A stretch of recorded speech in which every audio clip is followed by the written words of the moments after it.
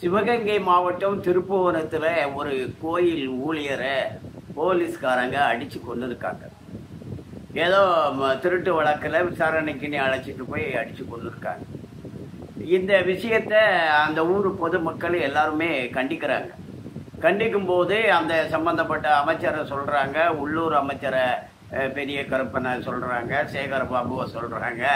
ஆனால் போலீஸுக்கு அமைச்சர் மு.க. ஸ்டாலின் அதை சொல்லலை. இப்போ அந்த குற்றத்துக்கு யாராவது பொறுப்பேற்றுக்கணும்னா அது ஸ்டாலின் தான் பொறுப்பேற்றுக்கணும். ராஜினாமா பண்ணணும்னா மு.க. ஸ்டாலின் தான் ராஜினாமா பண்ணணும். அவரு தான் போலீஸ் மந்திரி.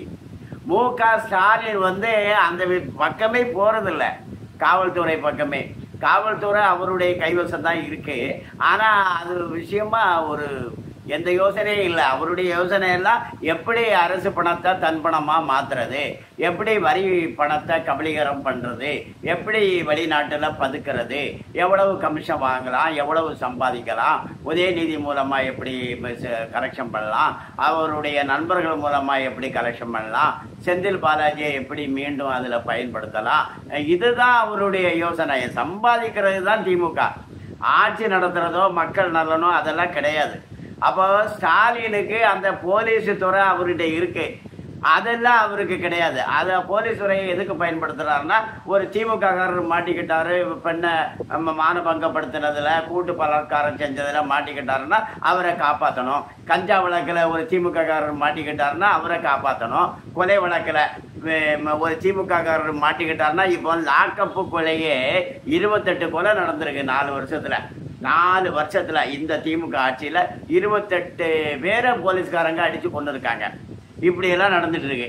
அப்போ இதுக்கெல்லாம் போலீஸ முறைப்படுத்தணும், அவங்கள கண்டிக்கணும், அவங்க சட்டப்படி நடந்துக்கணும் அப்படிங்கிறதுக்கெல்லாம் ஸ்டாலின் இல்லை. ஸ்டாலின் போலீஸை எதுக்கு வச்சுருக்கிறாருன்னா அவரை பாதுகாத்துக்கிறதுக்காக, திமுக காரங்களை பாதுகாத்துக்கிறதுக்காக. அப்போ ராஜினாமா பண்ணணும்னா யார் ராஜினாமா பண்ணணும்? ஸ்டாலின் தான் ராஜினாமா பண்ணணும். மு.க. ஸ்டாலினுடைய ஒரு கையாலாகாத தன்மை தான் காவல்துறை இப்படி நடந்து கொள்வதற்கு காரணம். அப்புறமா இப்ப மதச்சார்பற்ற நாடு, இது மதச்சார்பற்ற நாடுன்னா முருகன் மாநாடு நடத்தப்படாதான். மதச்சார்பற்ற நாடுனா இப்ப மதச்சார்பற்றதுங்கிறதே 1976 இந்திரா காந்தி தான் அரசியலமைப்பு சட்டத்துல சேர்த்தாங்க. மதச்சார்பற்றனா என்னன்னா, மதச்சார்பற்றனா கோயில் அடிச்சிடணும், மசூதி அடிக்கணும், சர்ச்சை அடிக்கணும், அப்படியா?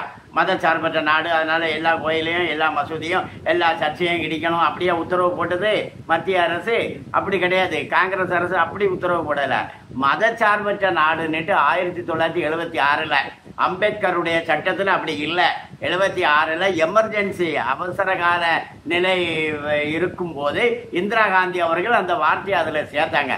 அந்த வார்த்தைக்கு என்ன பொருள்னா, அரசினுடைய நலத்திட்டங்கள் இருக்குல்லவா, அரசாங்கம் செய்யக்கூடிய காரியங்கள் இருக்குல்லவா, ஒருத்தரை வேலைக்கு வைக்கிறது, ஒரு ஊருக்கு ஒரு விஷயத்தை பண்றது, இன்னொரு ஊருக்கு இன்னொரு காவா வெட்டுறது, ஒரு ரோடு போடுறது, இப்படி எல்லாம் இருக்குல்லவா, ஒரு நலத்திட்டங்களை கொடுக்கறது, இப்படி எல்லாம் இருக்குல்லவா, அபராதம் விதிக்கிறது, தண்டனை கொடுக்கறது, இதெல்லாம் அரசாங்கம் செய்யுதில்ல.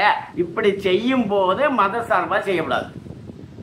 அவன் இந்த மதமா இருந்தா அவனை விட்டுறணும், அவனை தண்டிக்கப்படாது, இந்த மதமா இருந்தா தண்டிக்கணும், அப்படி பண்ணக்கூடாது. மத சார்பற்ற அரசா இருக்கணும். அப்படிங்கிறதுக்கு தான் மத சார்பற்ற அரசே ஒழிய பொட்டு வச்சுக்கிட்டு திருநீறு பூசிட்டு பள்ளிக்கூடம் போறது, கோயிலுக்கு போறது, கும்பாபிஷேகம் நடத்துறது, மாநாடு நடத்துறது, இதுக்கும் மத சார்புக்கும் சம்பந்தம் கிடையாது. மசூதியில கூட்டம் நடத்துறாங்க, சர்ச்சில கூட்டம் நடத்துறாங்க, அதே போல கோயில கூட்டம் நடத்துவாங்க. மத சார்பற்ற நாடுங்கிறதுக்கு இதுக்கும் சம்பந்தம் கிடையாது. மதசார்பற்று அரசியல் சட்டத்துல எதுக்கு சொல்லி இருக்குன்னா, அரசனுடைய திட்டங்களை வழங்கும் வேளையிலே மத சார்பாக நடந்து கொள்ளக்கூடாது. அதுதான் அந்த வார்த்தைக்கு அர்த்தமே ஒழிய நாட்டில மதமே இருக்கக்கூடாது அப்படிங்கிறது இல்லை. வணக்கம்.